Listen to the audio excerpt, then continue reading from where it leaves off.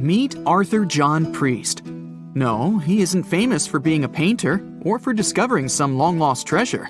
He didn't invent some cool gadget or break any world records. No, Arthur John Priest is famous simply for being unsinkable.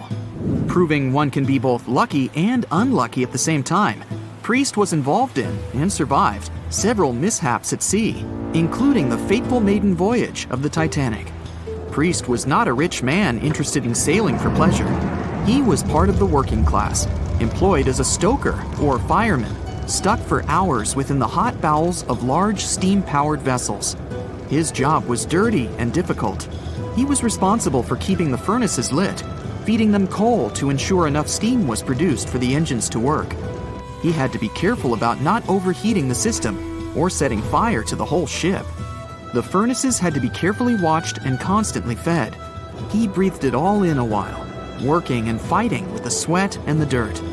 He would often work shirtless because of the heat and was always covered in black coal dust. And when he finally had a break, his shared living quarters were nearby in the same part of the ship. He must have been good at his job, though, because he had no trouble finding work.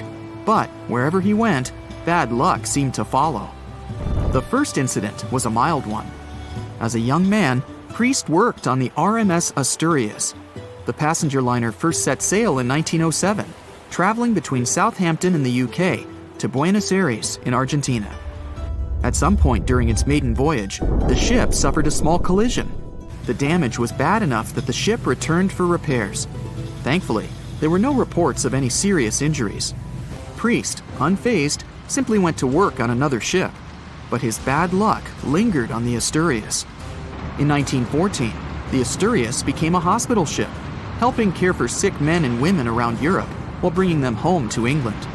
But in March 1917, at just around midnight, the ship was struck by a foreign object. Its hull was breached and the engine room flooded.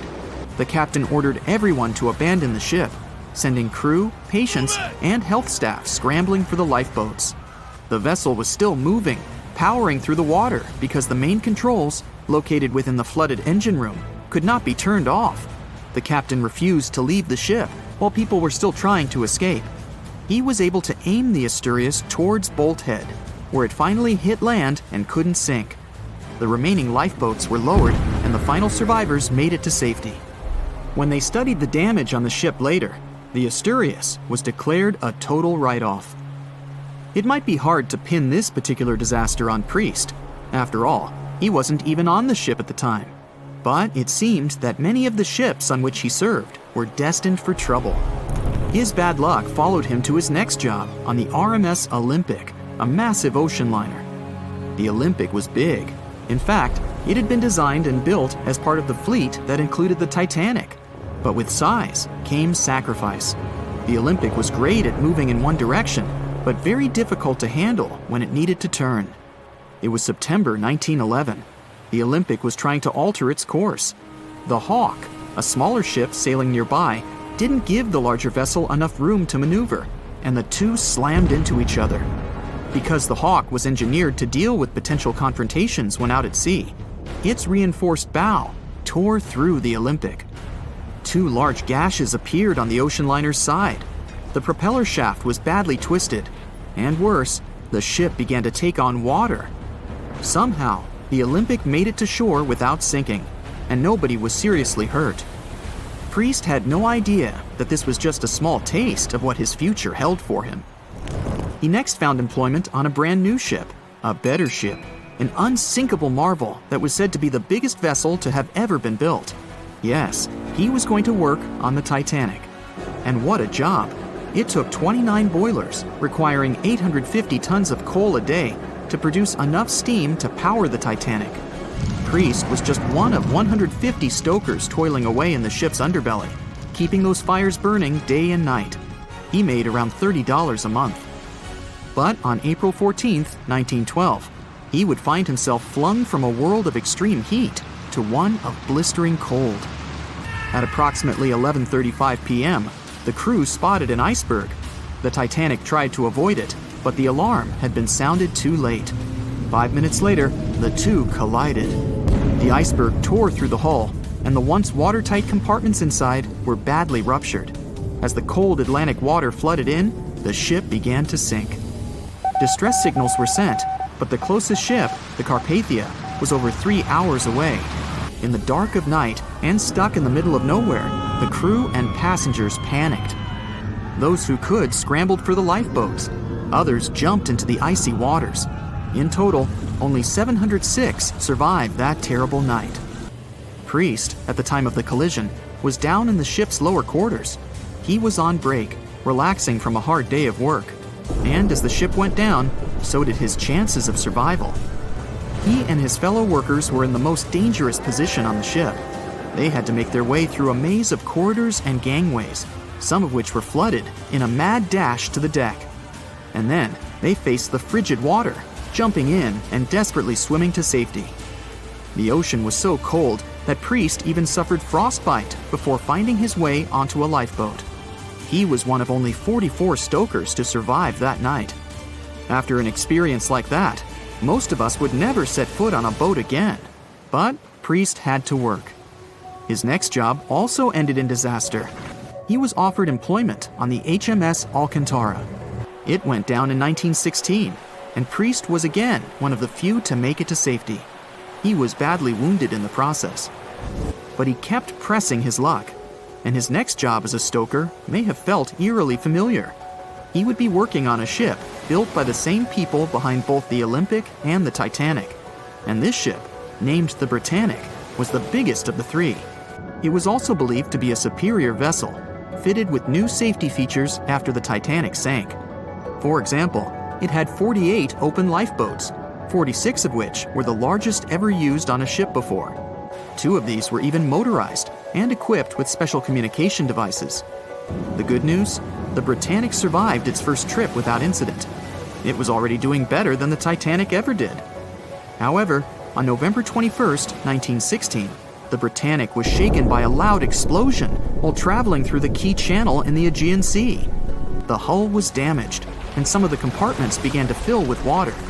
But, unlike the Titanic, the Britannic had been designed for just such an emergency.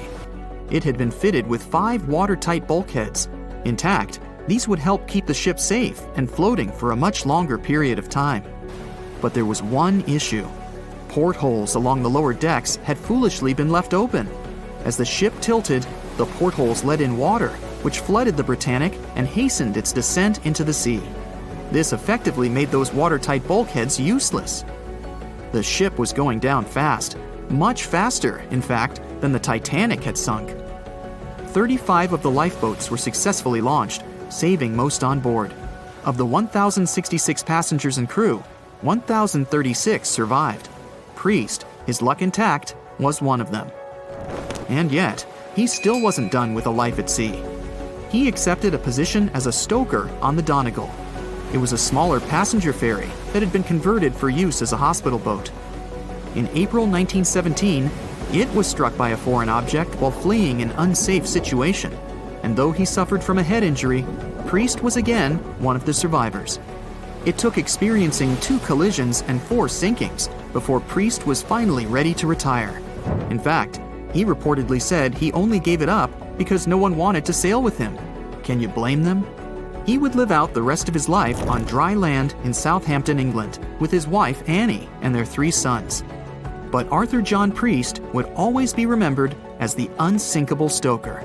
April 14, 1912. The dark night was filled with horrible sounds of a giant metal vessel breaking into 2. The largest ship of that time collided with an iceberg that was on its way. The Titanic, one of the biggest stories of the 20th century that people still talk about. The starboard side of the giant vessel brushed up against the iceberg. It was 11:40 p.m. when things started going wrong. This iceberg caused enough damage for at least 5 watertight compartments in the hull to start filling with water. The crew immediately began a brief investigation to see if they could do anything and fix things. They had no one to rely on, all alone in the darkness of the cold night, far away from the land. The North Atlantic Ocean, around 400 miles south of Newfoundland, Canada. They needed time to figure out how to bring people to safety. They had some time, true, but not enough. If you watched the movie, you know the ship didn't plunge immediately after the icy doom had happened. The whole process lasted a good 2 hours and 40 minutes. But the situation was hard. There were 2,200 people to take care of, including crew and passengers, and things happening on the ship were chaotic.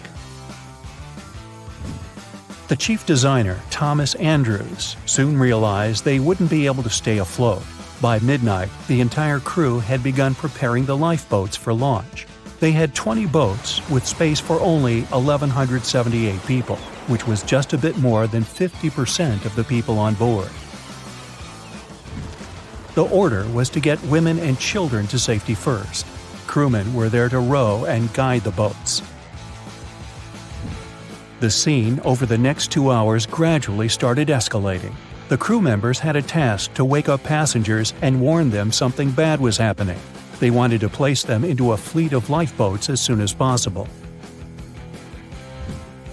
At 12:15 a.m., some crew members sent out a distress signal. A steamship called Frankfurt was among the first ones that received the message and responded, but they were about 170 nautical miles away.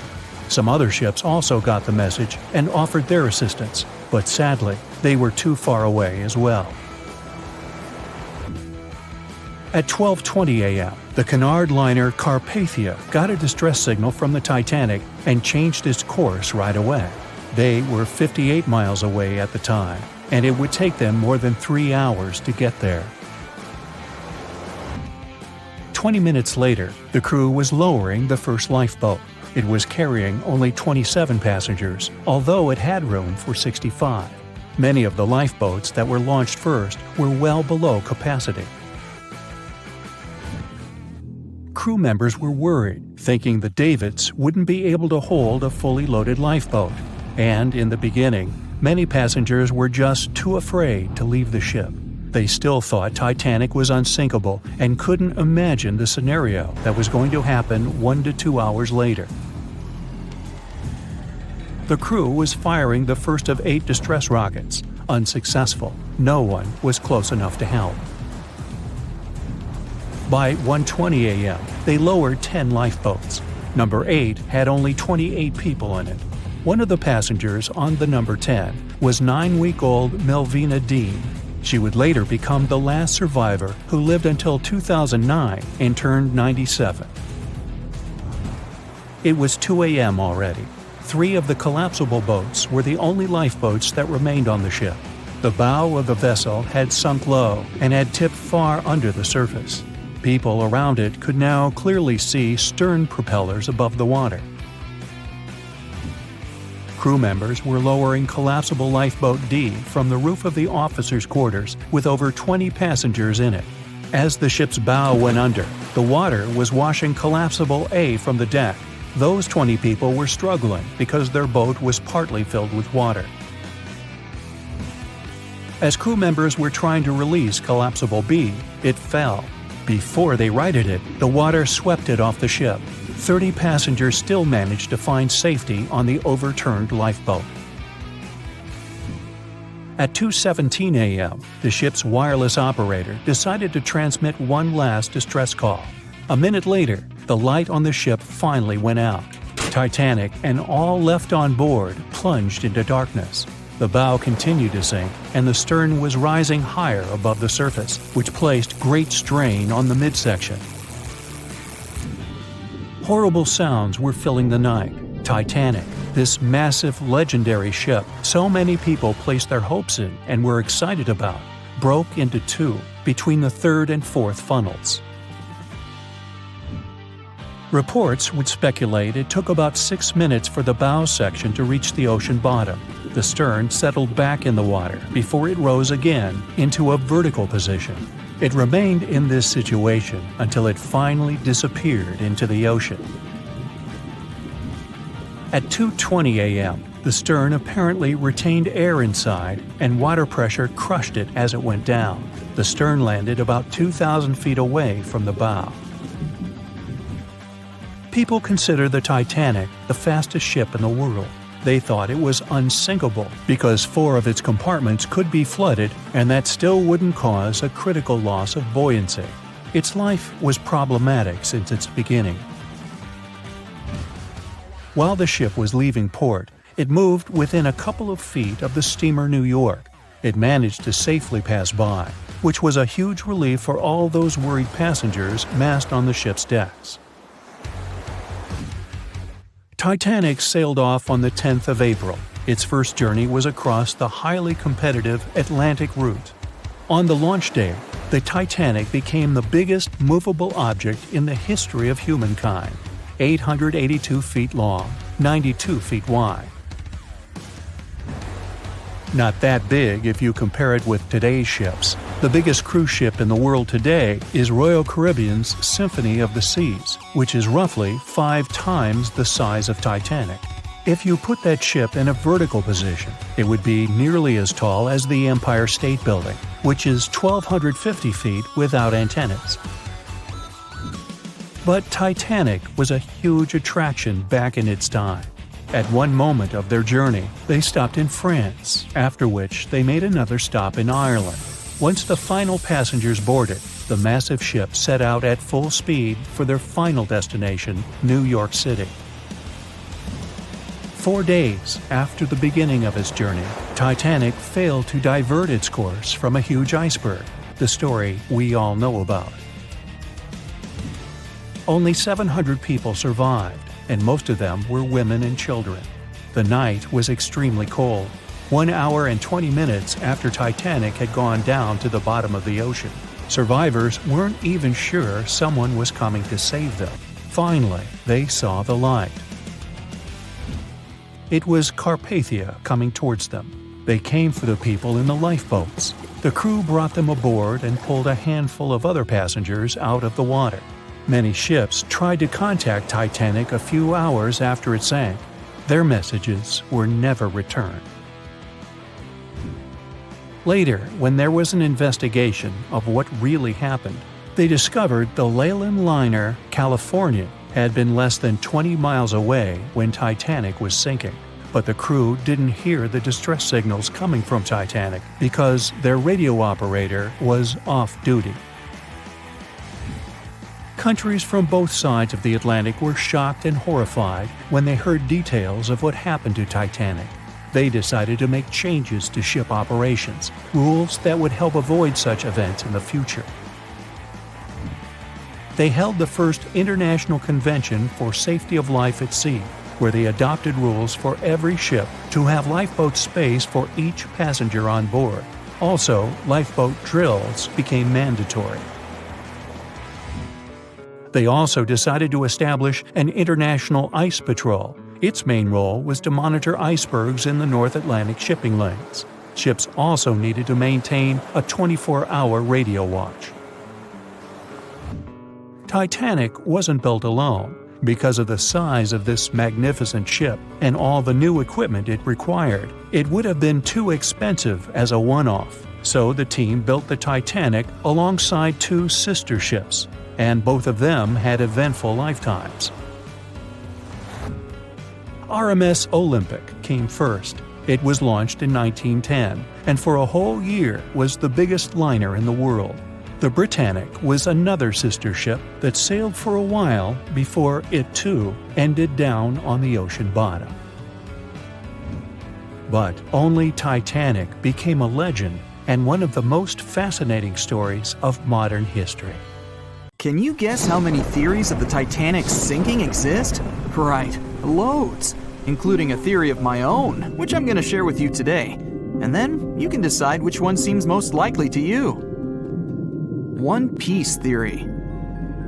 The very first version of the events was the One Piece theory. It's very simple and basically claims that the sinking happened without any breakups. 2:15 a.m., the ship collides with an iceberg. 2:18 a.m., the lights go out.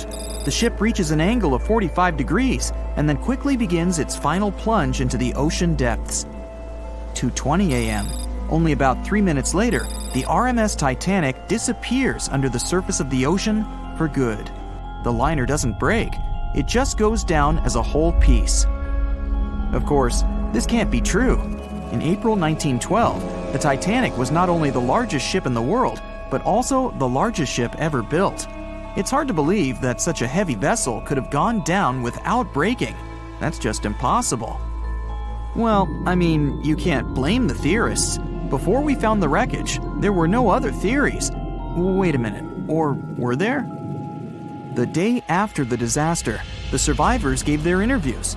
They talked about what had happened, and some of them claimed that the ship had actually broken in two when it had been flooded. For example, Jack Thayer, a 17-year-old boy, outlined the sinking as he remembered it, and L.D. Skidmon drew a sketch based on his description. The picture clearly showed the ship breaking in half. But no one believed Jack or other witnesses. There was no evidence, so their claims were received with a grain of salt. But in 1985, things changed. First breakup theory. That's when Robert Ballard found the wreckage of the Titanic in the depths of the ocean. When people saw the wreckage, it became clear that Jack and the other survivors had been right. The Titanic did indeed break in two when it sank. So it's time for a new theory. 2:15 a.m. The keel breaks, the starboard list eases, and the hull continues to bow and crumble. 2:17 a.m. The galley sections break off. The towers immediately drop under their own weight. The lights go out. The stern is pulled into the air. The bow breaks off and starts sinking. The aft is barely hanging on to the starboard side of the stern section superstructure. The stern section slowly lists over to port as it begins sinking again. It rises up one last time and pivots in a semicircle as it sinks. It all sounds pretty convincing, right? But people began to find plot holes in this theory. For example, the Titanic couldn't have held together until it reached such a high angle. The breakup would have had to begin much earlier. This only meant there was still a vast field for research and speculations. So people started to come up with their own possible scenarios. How about we look first at the ones no one likes? V-break and Aaron 1912 V-break. According to the first breakup theory, the Titanic reached a high angle, and the weight of its unsupported stern caused it to crack from the top down. But it's physically impossible. So, are there any other ideas? In 2006, Roger Long, a naval architect, decided to research a so-called V theory. 2:17 a.m. The breakup begins at a shallow angle, perhaps as little as 11 degrees. The upper structure fails and starts to crack. At this moment, only its double bottom is holding the Titanic together, but it starts to bend under the strain too, failing the ship. Water is pouring through the crack. It increases the weight in between the two sections, bending the Titanic the other way and pulling it into shape somewhat resemblant to the letter V. The upper decks get mangled and bent together. The bow heads for the bottom, and the stern is the last to sink. This theory has since been disproven many times, though. Roger Long believed it because the broken edges of the upper decks in the Titanic's bow section were all mangled and crushed. However, we have learned that it happened because of the so-called hydraulic downburst, the force of the water crashing into the deck as the Titanic hit the ocean floor. Another V-break theory states that the bow had risen out of the water after the break. This theory was mainly peddled by one former Titanic enthusiast. But not only has this theory been proved to be physically impossible due to the bow's incredible mass, it was also inspired by incorrect information. Remember Jack Thayer? Well, it was based on his sketch and the words of a couple of passengers. But the truth is, none of them had ever seen the Titanic break down like this.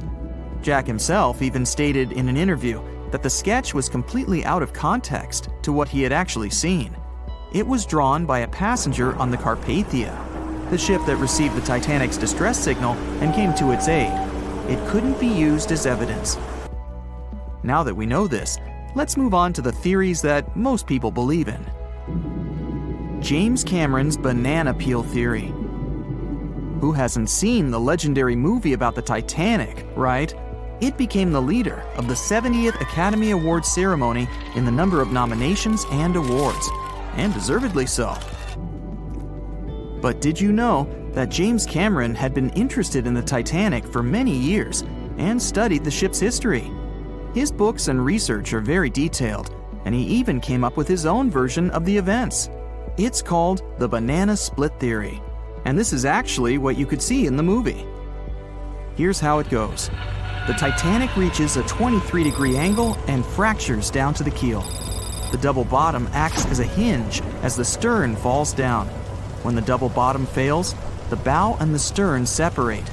The stern lists to port, standing vertically, and then begins to go underwater. This theory is the most scientifically accurate one, along with Roy Mengat's theory. Wait, who's Roy Mengat? Mengat theory. Roy Mengat was an engineer who came up with the most plausible theory for the time being. 2:17 a.m. The lights go out on the Titanic. At this moment, the ship is at an angle of 20 to 23 degrees. Suddenly, the vessel snaps in two just around the third funnel. It causes the stern to settle into the water. The keel fails first. The draft and lower hull are crushed and break apart. Water surges into the bow and stern of the ship through the huge cracks, causing the bow section to sink beneath the waves. The stern rises up to the angle of 70 to 90 degrees, and then it sinks too. This theory seems to make the most sense, but it's quite controversial.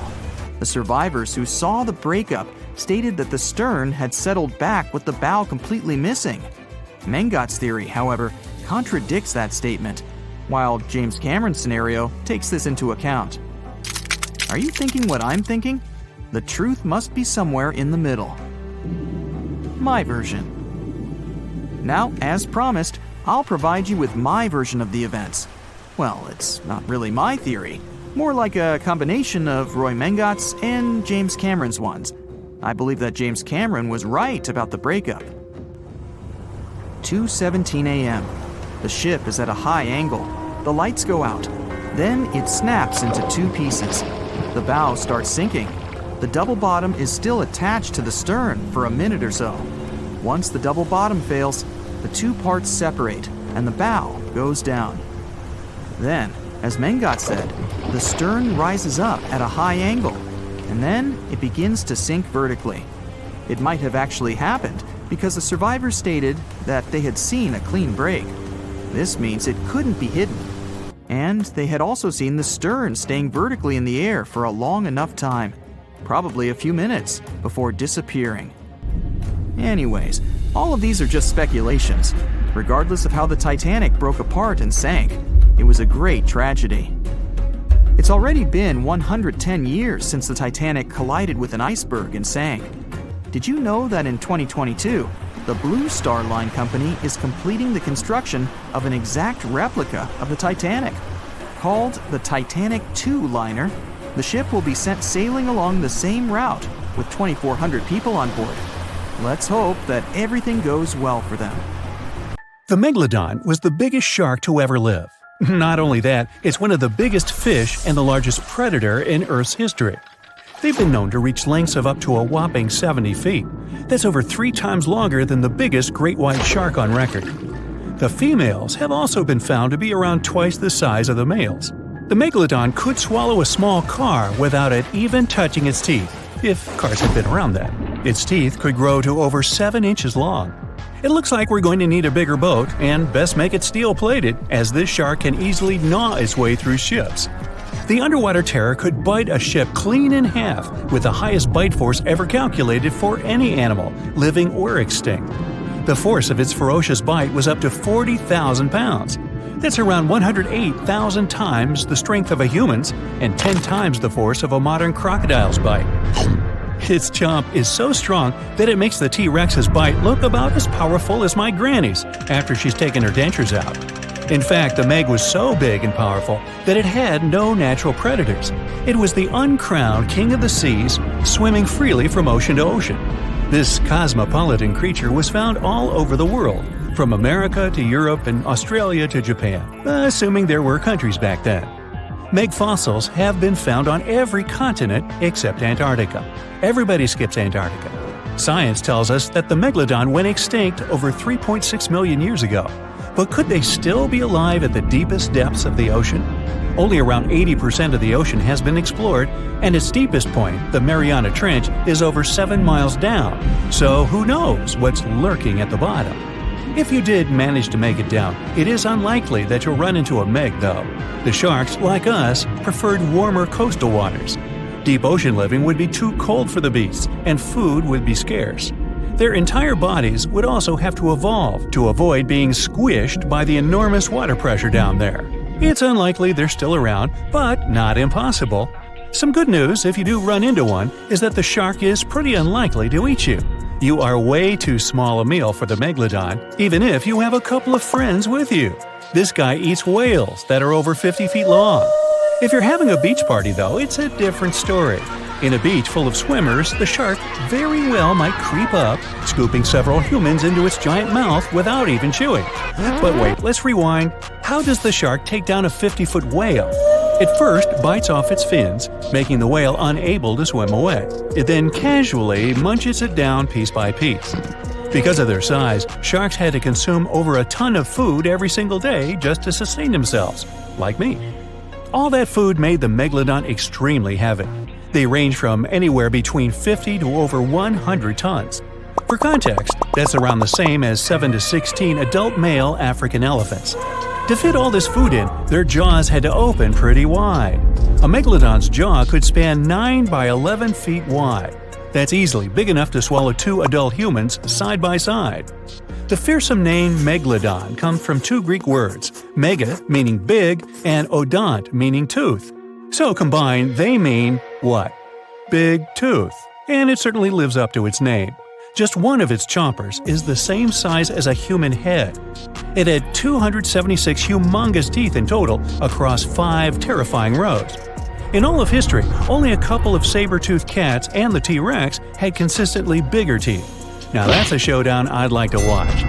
The Megalodon vanished millions of years ago, leaving only huge teeth to be found by modern archaeologists.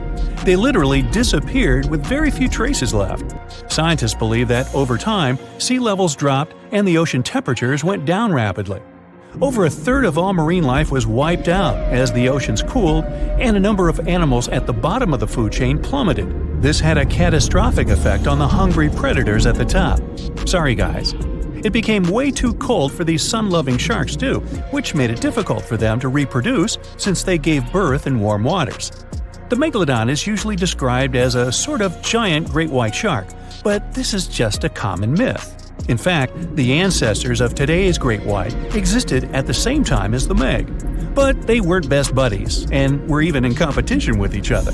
The great white shark was a better hunter, using its smaller size and agility to snap up the Meg's prey quickly. They were also known to eat Meg pups, who were only half their size. This didn't help the whole extinction thing. Even infant Megalodons were huge, coming in at just under 7 feet. While a great white was no match for an adult Meg in a head-to-head fight, they sure weren't scared of stealing their food. This only left the bigger fish and whales for the Meg, but its food supplies began to run out as the whales swam to the cooler new seas. The whales adapted to prefer the colder temperatures, leaving our friend the Meg behind. The Megalodons either starved or were frozen into extinction by the Ice Age. Rather than a great white, the Megalodon is more like a modern bull shark. It had a short snout, flat lower jaw, and huge pectoral fins to support its massive weight and size. As scary as they are, these sharks were actually caring family guys. Several Megalodon nursery areas have been discovered in Florida, Maryland, and Panama. They gave birth to their young in shallow water environments. We know this from discovering loads of tiny Megalodon teeth found in these areas. Gee, I wonder if they had nannies too. But how come there are so many Megalodon teeth out there for us to analyze? Well, due to their messy, aggressive eating habits, sharks regularly lose their teeth. They lose a set of teeth every 1 to 2 weeks. That's 40,000 teeth in a lifetime. They must rake in a fortune from the tooth fairy. Because of this, their teeth were continuously raining down to the ocean floor. Luckily for us, they're also the hardest part of a shark's skeleton, which is why so many teeth have survived and become fossilized. It's fair to say that the first discoveries of the Meg's teeth confused people. Early discoverers thought the Meg's teeth were petrified tongues of ancient serpent creatures. They even used to call them tongue stones. It's also a common myth that the Megalodon was around at the same time as the dinosaurs, although this would have been pretty cool. The dinosaurs were wiped out around 66 million years ago, but the Megalodons came much later. The oldest Meg fossil is only around 23 million years old, but it's tricky to pinpoint the exact date. After all, calendars weren't invented yet. They became extinct way before humans even evolved. The earliest Homo sapiens, which is a fancy name for the first humans, emerged about 2.5 million years ago. But what if the Megalodon shark didn't go extinct? Whale populations have dropped drastically since these guys were last around, so there'd be way fewer whales for them to chomp down on. Whales have also gotten a lot smarter and learned new defensive moves, making them way harder to take down. It's estimated that they ate around 12 tons of food each day. If they were still around and eating that much, they'd be forced to eat smaller fish, and there'd be barely enough big fish for us humans to survive on. The naughty Megalodons would also be able to track fishing boats and steal the fish that they worked hard to collect. It's safe to say we'd see a lot less fish in the aisles of your neighborhood supermarket. As our ocean temperatures are heating up again, the sharks would also thrive and reproduce faster than ever. There'd be more and more of these giant eating machines in the water, reducing our fish supply even more. It would also cause massive problems for cargo ships and cruising vessels. Imagine coming into contact with one of these bad boys while you're sunbathing on the deck. Even beachgoers would be hard hit. Megalodons give birth in shallow waters, so many of our favorite beaches would quickly become dangerous shark nursing grounds. Hey, where did that beach volleyball game go? They were playing just a moment ago. It was the biggest ship ever built in its time, and it was supposed to be unsinkable. But within days of steaming out on its first voyage in 1912, the Titanic was gone beneath the relentless waves of the North Atlantic Ocean. And of its more than 2,200 passengers and crew, only 706 survived that dreadful night. Would a smaller ship have fared any better in the same situation? Did the size of the iceberg truly matter in the end? Was it a mistake for the ship to change course at the last minute as it tried to avoid impact? These are three questions that have people pondering, what if? We do know that Titanic was considered an engineering marvel in its day.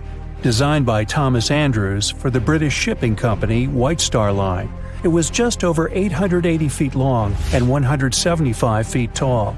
Built with abundant space for 840 staterooms, a swimming pool, a squash court, a gym, and 2 dining rooms.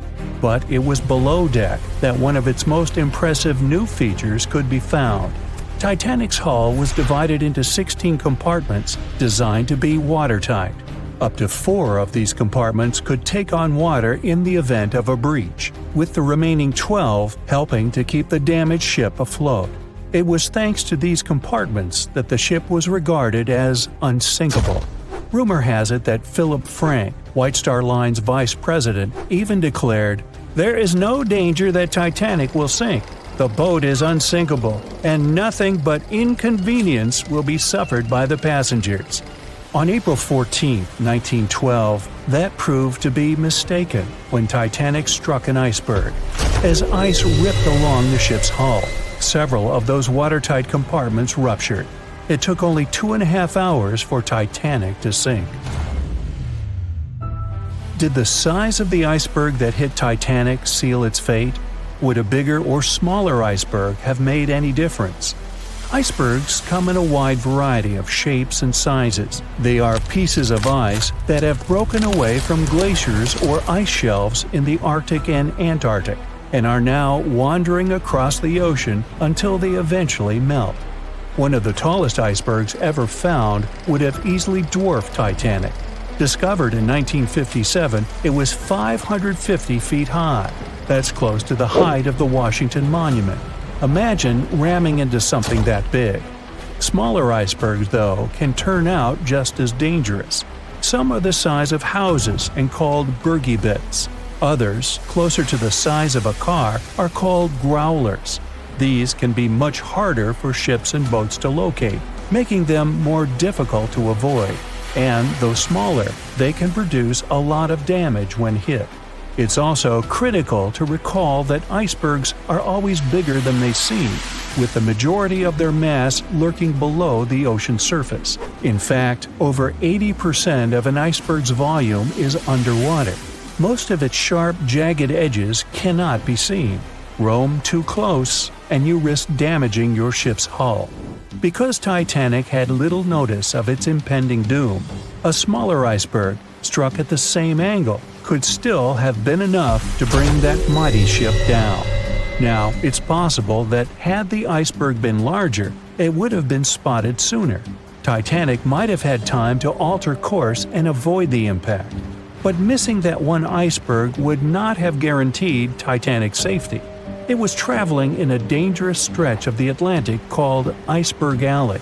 It's located 250 miles east and southeast of Newfoundland, Canada.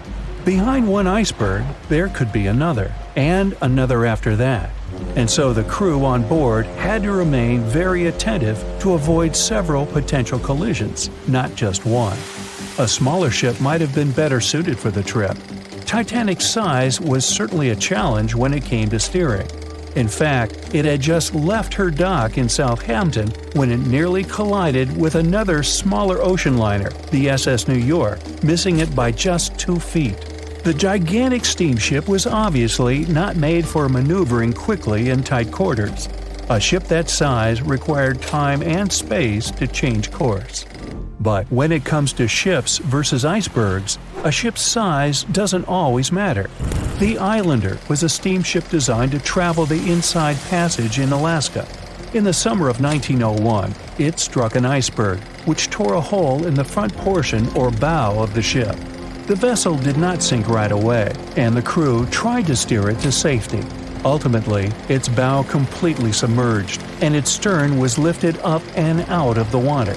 It didn't take much longer before the ship sank completely. Of the 168 passengers and crew members, 128 survived, and $3 million in gold was lost. Islander had a 240-foot hull, making it almost a quarter of the size of Titanic, and that smaller size didn't seem to be much help in preventing a collision with an iceberg. And then there was the Hans Hedtoft in 1959. Also known as the Little Titanic or the Danish Titanic, it was referred to as the safest ship afloat. It was 272 feet long with 95 people on board. Much like the real Titanic, the Hans Hedtoft was specifically engineered to handle most of what the sea could throw its way. Along with its double steel bottom, it also had an armored bow and 7 watertight compartments. How could such a ship sink? But it could, and it did. It was on its first voyage, returning to Copenhagen, when it ran into trouble. On January 30th, it hit an iceberg. An SOS was sent, but when the Johannes Cross arrived to help, the Hans Hedtoft was nowhere to be found. The only evidence of the ship's existence was a lifebelt that was washed ashore in Iceland 9 months later. Again, the ship's smaller size didn't work in its favor. A smaller size of Titanic wouldn't have guaranteed a safe voyage in 1912. The final what-if concerns the last-minute choice when the iceberg was spotted and the alarm sounded. First, Titanic could attempt a complete stop, but this wasn't an option as the ship needed a half a mile to come to a halt, and the iceberg was a mere 900 feet away. Second, the Titanic could attempt to avoid the iceberg by steering away from it. This is what the captain ordered, but the attempt was unsuccessful, resulting in a deep gash across the ship's hull. The final option? To hit the iceberg head-on. Would this have made any difference? The answer is an intriguing maybe. Some think a head-on collision would have saved Titanic. In this scenario, the collision would have limited the damage to the very front of the ship. Instead of the iceberg tearing through the hull and compromising several of the watertight compartments, only 4 of the compartments would have been breached. This meant the others could do their job of keeping Titanic afloat. The ship could be stuck, unable to move, but it would remain above water until help arrived. This would provide a ship like Carpathia enough time to reach the scene of the accident and bring the people on board to safety. One of the Titanic's designers, Edward Wilding, made a similar claim during an inquiry into the sinking. He argued that most people would have survived a head-on crash, and that Titanic itself would not have sunk. Others disagree, though. First, the special bulkheads on Titanic were designed specifically to protect the ship against collisions with other vessels, not with icebergs. These compartments would crumple upon impact, absorbing some of the force while the other ship absorbed the rest. Though the damage would still be extensive, the remaining bulkheads would keep the ship afloat. But an iceberg does not have the same flex in a collision as you would experience with another ship. Most of the force would be absorbed by Titanic, resulting in greater damage to the ship. Even worse, the impact would be carried through the full length of the ship. Rivets would burst, seams would tear, the compartments would quickly flood, and the ship would sink even faster, resulting in fewer survivors. In any case, as with most what-ifs, we'll never really know the answer. As tragic as Titanic's first and last voyage was, it did result in changes that helped make venturing out to sea much safer. Findings from hearings on the disaster led to the creation of the International Ice Patrol, or ICC, in 1914, an organization that tracks icebergs in the Atlantic and Arctic Oceans to ensure vessels in the area can avoid them. In the U.S. and Britain, ships were obligated to carry enough lifeboats to accommodate every person aboard. Regular lifeboat drills were made mandatory. And finally, the bulkheads on ships were made higher to keep water out, and bottoms were stretched to create double hulls, helping make the compartments truly waterproof. There's no denying that Titanic was a terrible tragedy, but the lessons learned from that night to remember has helped prevent many more. John watched on in disbelief as he drifted away on a piece of wood. In the freezing waters of the Arctic, slowly drifting away. John looked upon the vessel he had worked and lived on as it raised its enormous bow high into the sky, then broke in half, causing a sound that only a crack of lightning could replicate. Distraught and dumbstruck, believing that he, and he alone, knew the dark truth behind the demise of the unsinkable ship, the Titanic. 5 days earlier, as the Titanic set sail on its maiden voyage, John worked hard alongside his mates in the coal bunker, stocking up the coal to feed the Titanic's mighty furnace. They had stocked and stored more than John had ever witnessed on any other ship he'd worked on. But this was the Titanic, the grandest ship to have ever sailed the seas. On the Titanic, there could never be too much coal. As they left Belfast and pushed toward Southampton, there was a large bang below decks that went unnoticed. The furnace was roaring and the turbines were spinning, pushing the Titanic forward at a quickened pace. The crew cheered as the vessel moved forward, unaware of the loud, concerning noise. Arriving in Southampton, Greg came aboard, amongst hundreds of other passengers. With 13 years at sea, his vast experience included the role as a quartermaster on 6 previous ships. Ready for a new challenge aboard the greatest vessel ever made, he was looking forward to this next challenge of his career.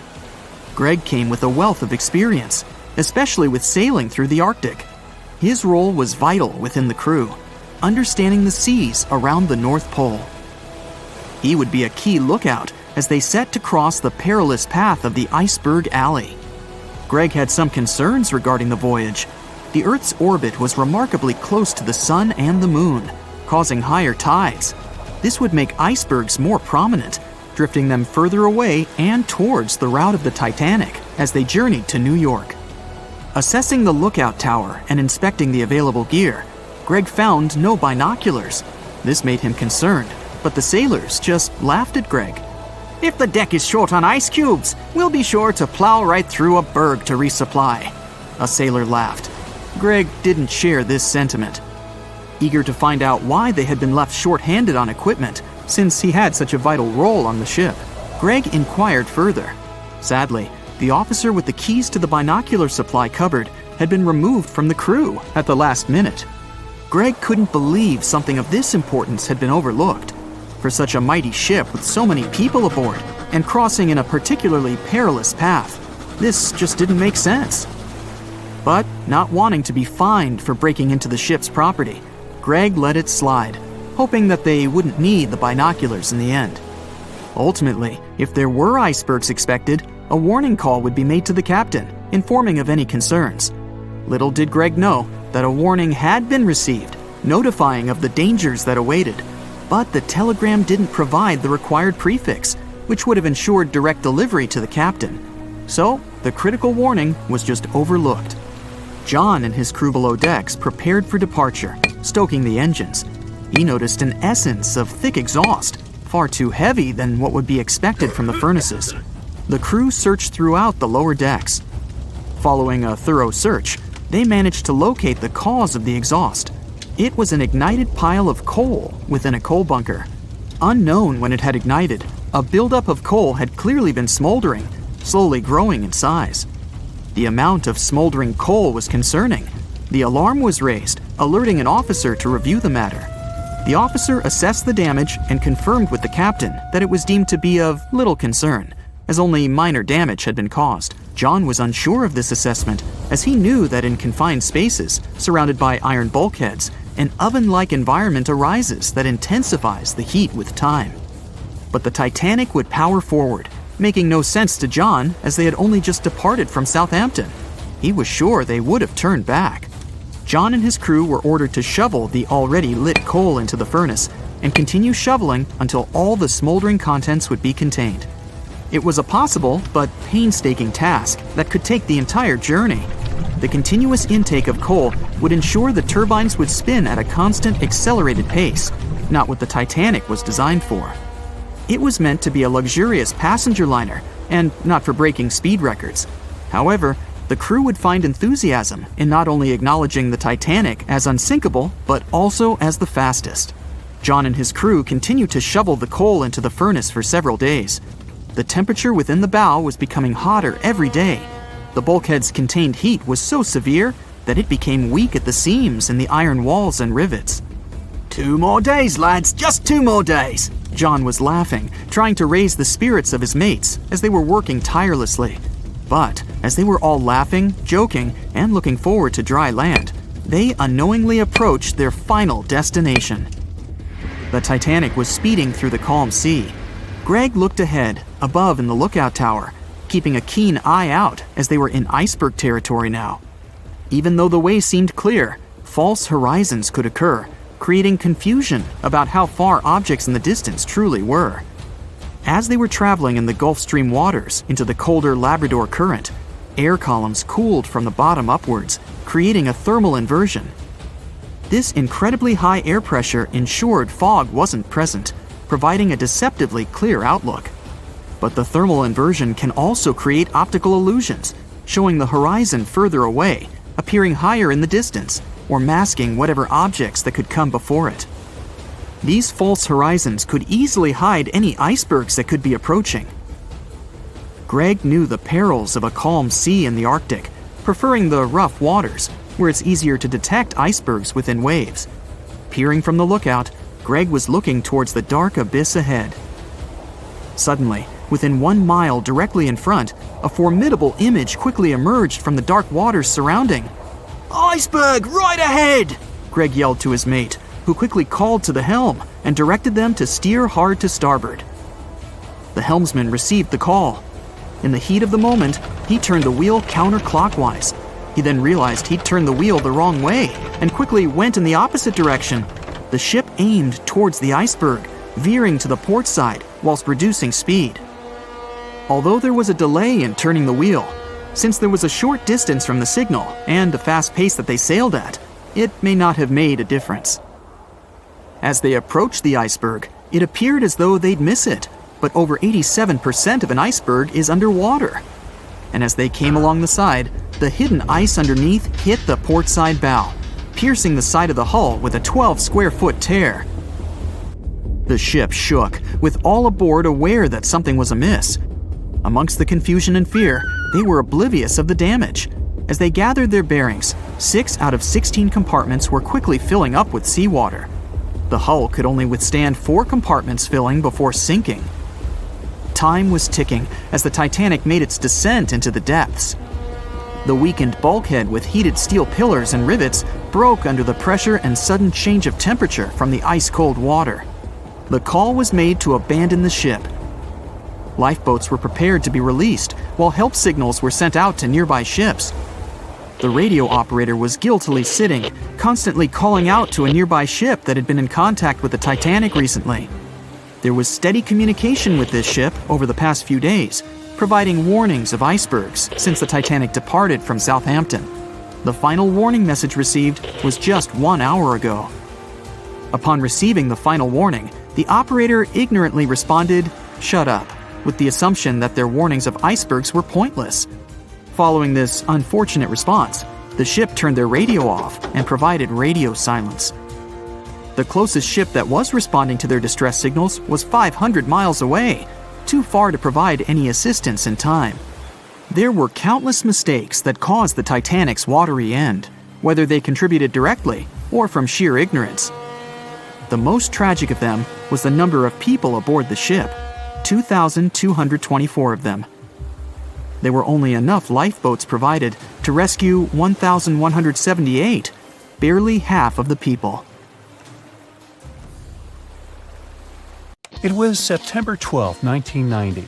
In those times, way before instant messaging and Zoom calls, a little girl was looking for pen pals. Zoe was aboard a ship from England to Belgium on vacation with her parents. She was only 10 years old at the time, but was a very clever schoolgirl. She took a piece of paper and started putting some words together. She introduced herself, then wrote about how she liked ballet and playing the flute and the piano. Of course, she couldn't help but mention her two adored pets, a little hamster she called Sparkle and her fish Speckle.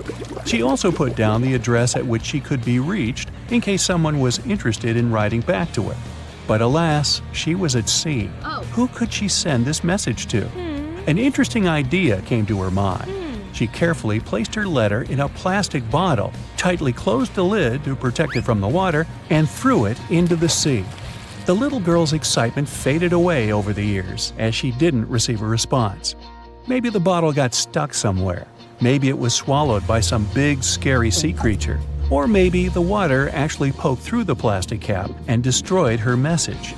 Many years later, on Christmas, a letter for Zoe was received at her parents' house under her maiden name. The postage signaled that the message was from Europe. It was from a Dutch couple, Piet and Jacqueline Lateau, who had found her delicate bottle and were very considerate to write back. They pointed out that they had found the letter among the debris thrown at the shore by the sea. Zoe's letter had been stranded for a staggering 23 years at sea and traveled for more than 350 miles to reach its final destination near Rotterdam in the Netherlands. That's quite a voyage for a small plastic bottle. A story similar to that of Zoe is the strange connection between two little boys. A little German boy named Frank Uzbek was on a boat traveling to Denmark when he got the same idea as Zoe. He was 5 years old at the time he put together a message and threw it into the unknown. The year was 1987. He got his response years later when he was 29. His letter, just like the one Zoe would send a couple of years later, had been at sea for 24 years. His message was found by a boy named Daniel Korotkin while he was on a walk with his parents on the Koronian Spit near the Baltic Sea. Daniel was lucky that his father knew enough German to translate the message. The unlikely friends eventually met via video call in 2011. Not all message-in-a-bottle stories have been explained away. In 2013, a Croatian surfer came across a damaged bottle while near the Adriatic Sea. The message it contained dated back to 1985, and it was from a man named Jonathan. The sender was eager for his letter to reach a woman named Mary, and he also expressed his keenness for her to respond. Since the letter was supposedly sent from Nova Scotia, the bottle had to have traveled a mind-boggling 3,700 miles. The message went from the Atlantic Ocean, entered the Mediterranean Sea, and reached the Adriatic shores in Croatia. The identities of neither John nor Mary were ever discovered. There are also messages in a bottle with wonderful love stories to share. This was the case for Ake and Paulina Viking. When Ake, a lonely Swedish sailor, placed a letter in a bottle and threw it in the Mediterranean Sea, He had no idea the piece of paper would eventually reach his future wife. This was in the early 1950s. The bottle was found by an Italian man who was inspired enough to give it to his niece, Paulina. After a year of back-and-forth letters being exchanged, Aki and Paulina eventually met and got married. Having decided to share their story with the world, they became somewhat of a celebrity couple for the time. They even shared video footage of their wedding with the world, and their story was featured in a bunch of newspapers. This fortunate event started a movement between young people looking for love, increasing the number of messages being thrown out at sea in search of a fairy tale ending. Not all the stories that started out like this eventually worked out, though. In 1945, an American named Frank Hayostak placed a similar message to that of Aki's in a bottle and threw it in the waters. Almost a year later, his letter was found by an Irish woman. Her name was Brenda O'Sullivan. Their years of correspondence soon caught the attention of the media at the time, but their friendship never flourished because of the added pressure.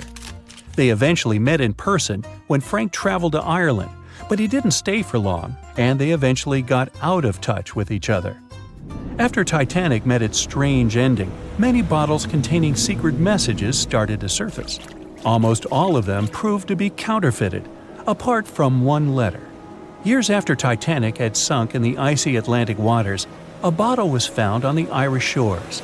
It was supposedly from a man named Jeremiah Burke, and to this day, it is considered to be the only genuine message in a bottle originating from Titanic.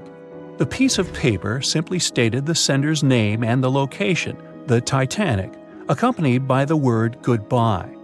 Since the date has washed away, it's difficult to estimate whether the note was sent before or after the ship had hit the iceberg. The common understanding is, however, that since Jeremiah was looking to relocate to the U.S., he was merely sending his last symbolic regards to his family and friends back in Ireland. This simple way of meeting and sometimes corresponding with people has turned into a hobby for a man from a Canadian province named Prince Edward Island, located east of the U.S. state of Maine.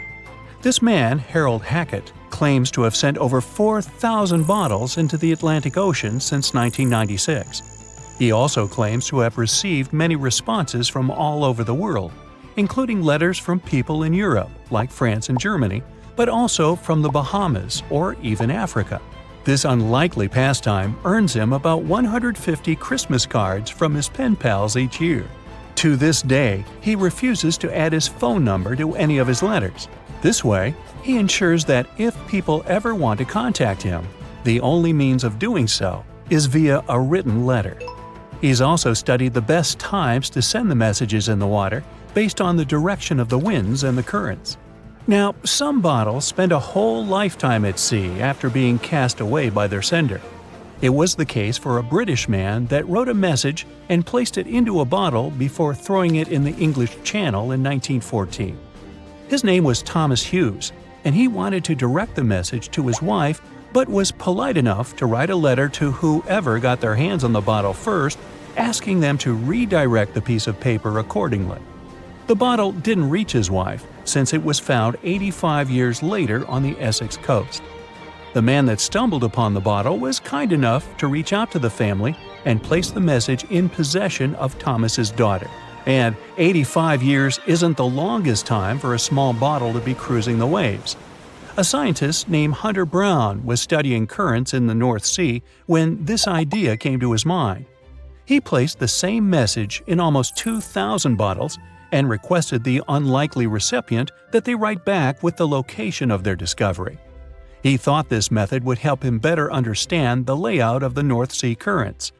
A bottle was found about 11 miles from its original departing location after 97 years.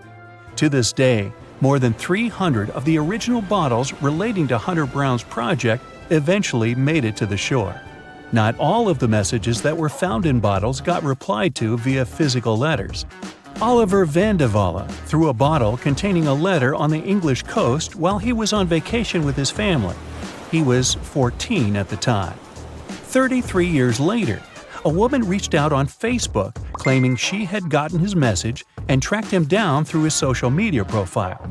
At first, he hardly remembered having placed the letter in the bottle, but he eventually recounted the events, even the fact that he sealed the bottle with candle wax to make sure it was leak-proof. And then there's Christina Aguilera and her bottle. No, wait, hers is about a genie in a bottle. Okay, never mind. Meet Arthur John Priest. No, he isn't famous for being a painter or for discovering some long-lost treasure. He didn't invent some cool gadget or break any world records. No, Arthur John Priest is famous simply for being unsinkable. Proving one can be both lucky and unlucky at the same time, Priest was involved in and survived several mishaps at sea, including the fateful maiden voyage of the Titanic. Priest was not a rich man interested in sailing for pleasure. He was part of the working class, employed as a stoker or fireman, stuck for hours within the hot bowels of large steam-powered vessels. His job was dirty and difficult.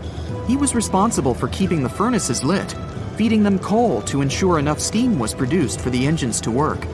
He had to be careful about not overheating the system or setting fire to the whole ship. The furnaces had to be carefully watched and constantly fed. He breathed it all in a while, working and fighting with the sweat and the dirt.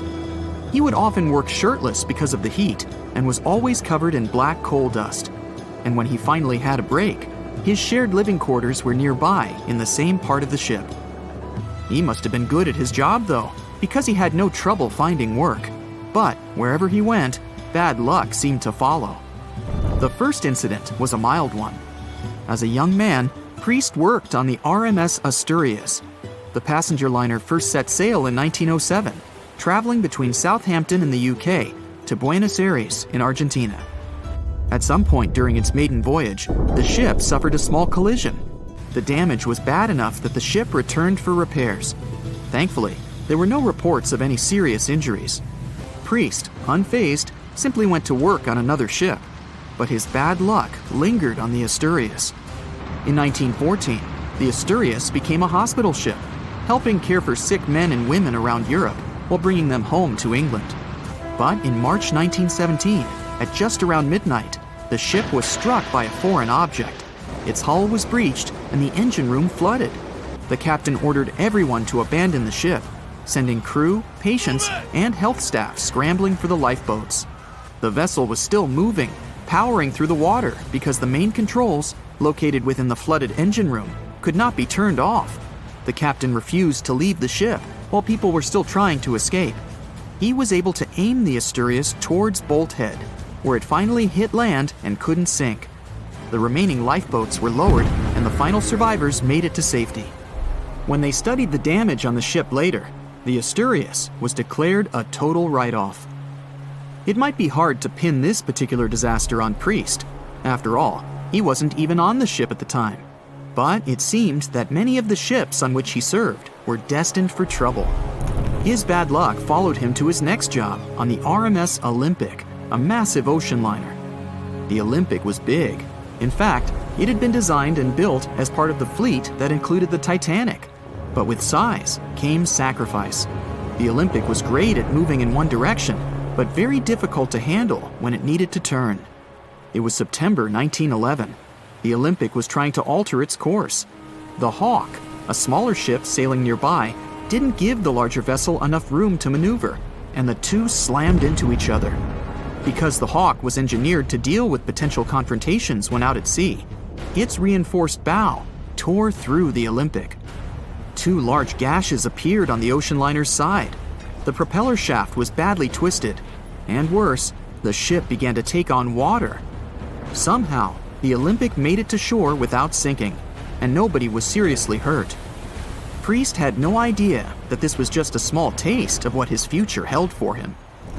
He next found employment on a brand new ship, a better ship, an unsinkable marvel that was said to be the biggest vessel to have ever been built.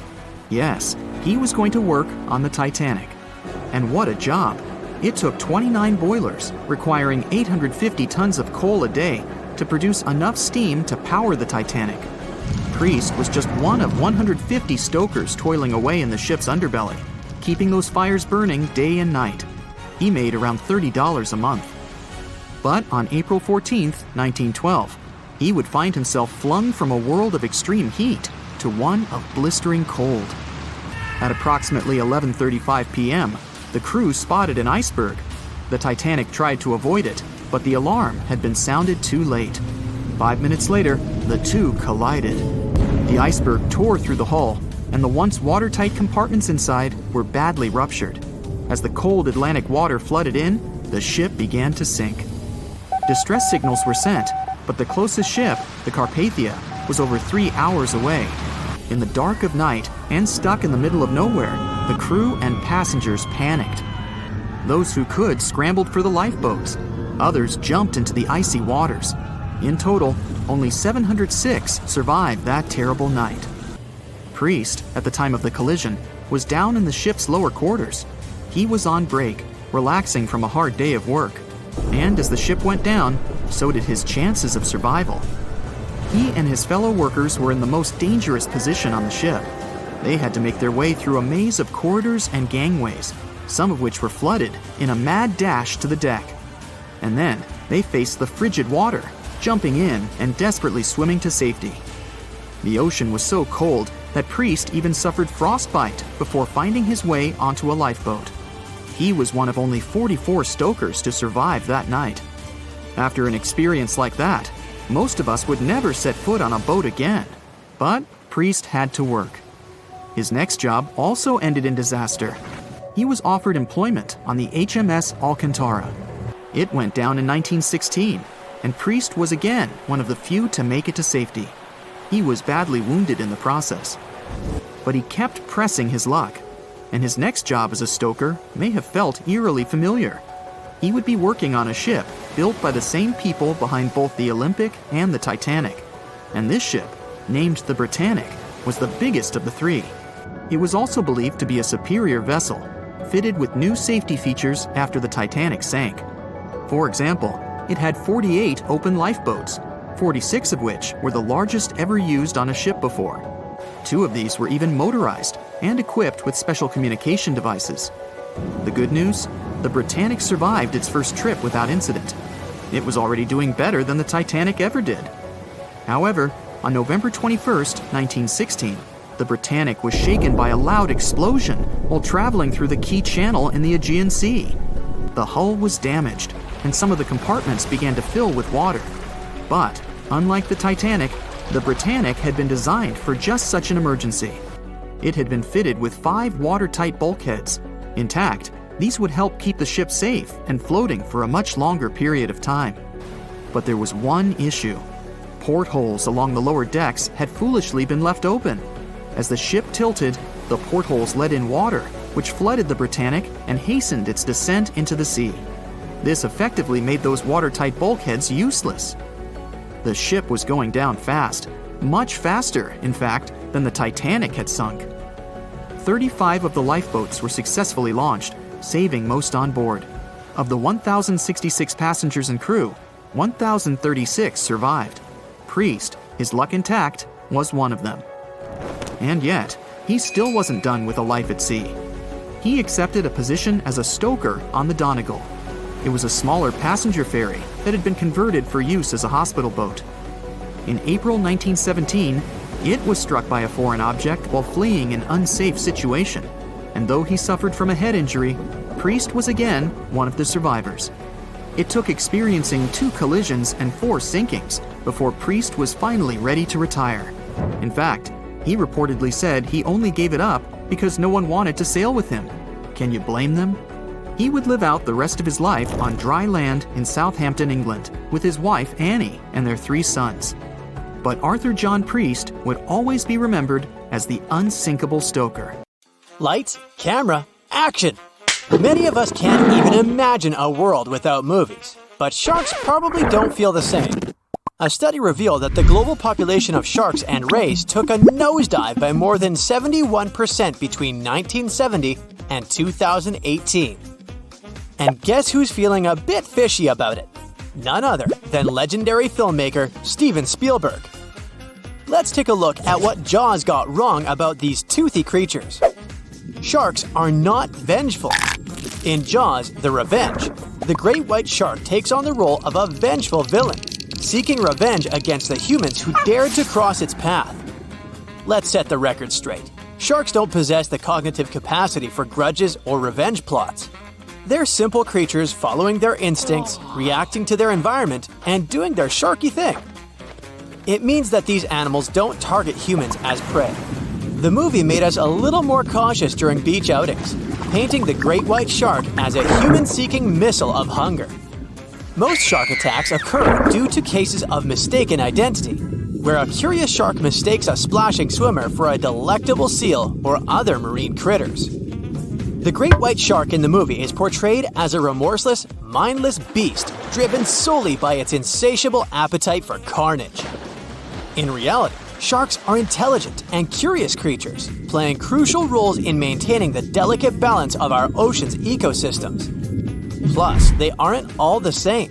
Jaws may have popularized the image of the great white shark as the quintessential shark, but the reality is far more diverse. There are over 500 different species of sharks, each with its own unique characteristics, behavior, and personality. They're like a vibrant cast of oceanic characters, each playing their part in the grand underwater production. Turns out, Spielberg is swimming in a sea of guilt over this mega-hit summer blockbuster from 1975.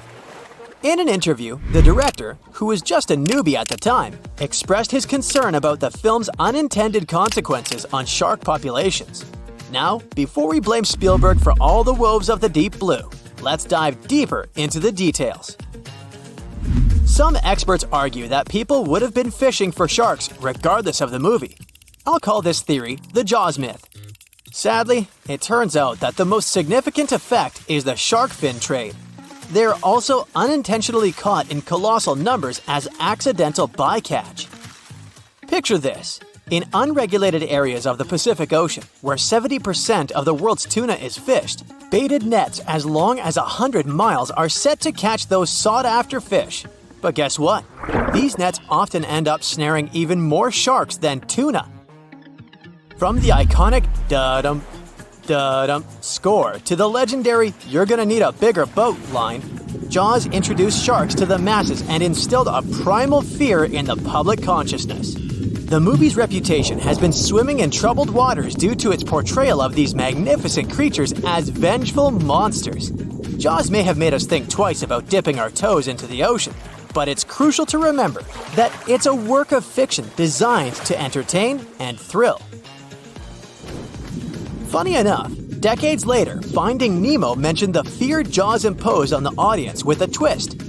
Do you remember the scene where Nemo and his friends encounter a group of sharks called the fish-friendly sharks? This scene presents a humorous take on the perception of sharks as predators and challenges the stereotype. Speaking of Finding Nemo, did you know the movie actually took its toll on the real-life clownfish population? After the movie came out and became a huge hit, people loved Nemo so much that they started buying their own clownfish as pets. Sales of these fish skyrocketed by up to 40%. The problem is these clownfish are usually taken from the ocean, which isn't great for their natural habitats. It kinda goes against the movie's message of leaving fish in the sea. Oops! Even though the movie promoted conservation, people went in the opposite direction. Turns out, America is the biggest buyer of these tropical fish, with over 400,000 of them being shipped into the country each year. That's a lot of fish. It's causing some serious issues, like the local extinction of clownfish in certain areas. Next up, the Harry Potter series. The popularity of owls as pets rose after the Harry Potter books and movies were released. While the impact on wild owl populations may not be as significant as with marine fish, there were concerns about people obtaining owls without proper knowledge of their care, leading to abandonment or mistreatment. After the Harry Potter movies came out, lots of fans went crazy for owls. They wanted to have an adorable companion just like Harry's Hedwig. Taking care of an owl is no piece of cake. These feathered friends can live up to 20 years and require a lot of attention. So, what happened? Well, once the Harry Potter storm eased, many owl owners realized they weren't ready for such a pet and got tired. Rescue centers all over the UK were overflowing with abandoned owls. Yep, people just couldn't handle the responsibility anymore, and poor owls ended up in the rescue centers. You see, owning an owl isn't a walk in the park. You need a big aviary, which can cost around $1,150. And these magnificent creatures need space to spread their wings. Surprisingly, keeping an owl without a license is legal, but releasing a captive owl into the wild can land you 6 months in jail or a fine of around $6,300. Harry Potter author J.K. Rowling has even pleaded with fans to think twice before getting an owl as a pet. She's made it clear that owls deserve more than being locked up in small cages. Instead, she suggests sponsoring an owl at a bird sanctuary where you can visit and ensure that your feathered friend leads a happy and healthy life. What about the 101 Dalmatians movie from 1961? This Disney film popularized Dalmatian dogs as pets, resulting in a surge in demand for the breed. Unfortunately, the popularity led to irresponsible breeding practices and the overbreeding of Dalmatians, which subsequently caused numerous health and temperament issues. To uncover these insights, scientists delved into data from the American Kennel Club, which keeps track of over 65 million dogs in its registry. They analyzed 87 dog-centric films, including favorites like The Shaggy Dog. The Twilight Saga portrays wolves, which sparked many people's interest in wolf-like dog species. However, many individuals were not adequately prepared to care for these animals. These magnificent creatures are not your typical dogs. They require ample space, energy, and special attention. According to specialists, there has been a 120% surge in wolf-like breeds, such as Huskies, Malamutes, and Akitas being surrendered to rescue centers across the UK alone, not to mention the rest of the world. Let's blame it on Jacob Black. In 2012, when the Twilight Saga Breaking Dawn Part 2 was released, the shelter welcomed nearly 100 Huskies, 35 Akitas, and 16 Malamutes into their loving care. It's not just animals that gained popularity thanks to the Twilight movies. Remember the scene where the Bellward couple dined in a restaurant? Well, in the book and the movie, Bella enjoyed mushroom ravioli, and this dish became incredibly popular. Initially, fans flocked to the fork to taste it, but the demand became so high that the company started producing frozen ravioli, making it accessible to everyone. And this fascinating relationship between food and movies isn't limited to Twilight. To All the Boys I've Loved Before unexpectedly boosted yogurt sales. Since the movie appeared on Netflix, Korean yogurt sales have skyrocketed. Even the stock market got in on the action, with shares rising by approximately 2.6%. Fans particularly loved the scene when Peter tried the yogurt for the first time. And don't forget Game of Thrones.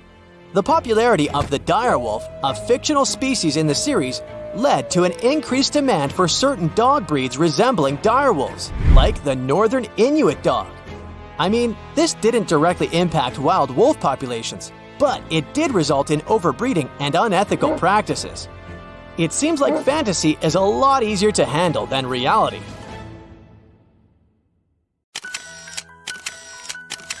At the beginning of the 20th century, somewhere off the coast of West Africa, a German steamship was leaving the port. Suddenly, the weather got worse, and the vessel entered a thick fog. The sailors ran aground on a sandbank close to the shore. Luckily, no one was hurt, and they were even able to save their precious cargo. But the ship was stuck in the sand for good. And it was not alone there. Nearly the entire length of the western coast of Namibia is called Skeleton Coast. If the name sounds scary, that's because it is. This 976-mile-long beach line is among the most dangerous places on Earth. The local Bushman tribes believe that their supreme deity made this land when it was angry. The Portuguese were the first Europeans to set foot in Namibia in the 15th century. And yep, they didn't like Skeleton Coast either. Portuguese explorers thought this land presented the gates to the underworld. This is the place where the Namib Desert meets the Atlantic Ocean. It might be dangerous, but it's actually beautiful. Plus, it's a UNESCO World Heritage Site. If Skeleton Coast had a PR manager, they would quit on the first day on the job. The area is not exactly tourist-friendly because of its geography and history. Beneath the sand and the waves, there is a secret ocean currently lurking for unsuspecting sailors. It's called Benguela Current. It flows towards the north along the coast of southern Africa. This part of the Atlantic is rich in marine life, but the current's land neighbor isn't that happy with the deal. This arid climate created the Namib Desert, one of the driest regions on Earth. And that marine life I just mentioned? It's sharks. 11 species of them to be exact. And yes, the great white decides to pop by once in a while. So far, we've got a desert landscape, strong currents, and sharks. Not a place for a beachside resort, definitely. But if someone ends up on Skeleton Coast, will they know they're in danger? Don't worry, they will. The beach is littered with wrecks of all sizes and shapes. If you remember that German ship I mentioned in the very beginning, its massive and rusted stern is now sticking out from the desert sand. There are some 500 wrecks in total scattered along the coast, and it's a mixed crowd, from Portuguese galleons centuries old to ships that ran ashore here in the 21st century. A modern fishing ship called Zela India managed to slip from its tow rope in 2008 and ended up on Skeleton Coast. Okay, it didn't escape on its own, it had some help from the elements. But it's better to be a tourist attraction on a beach than to be broken up for scrap. That's where the trawler was originally going, poor thing. Skeleton Coast's most famous inhabitant, to call it such a place, is the wreck of the Dunedin Star. The British cargo liner ran aground here in 1942. The massive rescue operation that followed reveals why it's so dangerous for sailors to end up here. The rescuers managed to save all of the crew and passengers, but at a heavy price. An aircraft and a tugboat were lost in the process.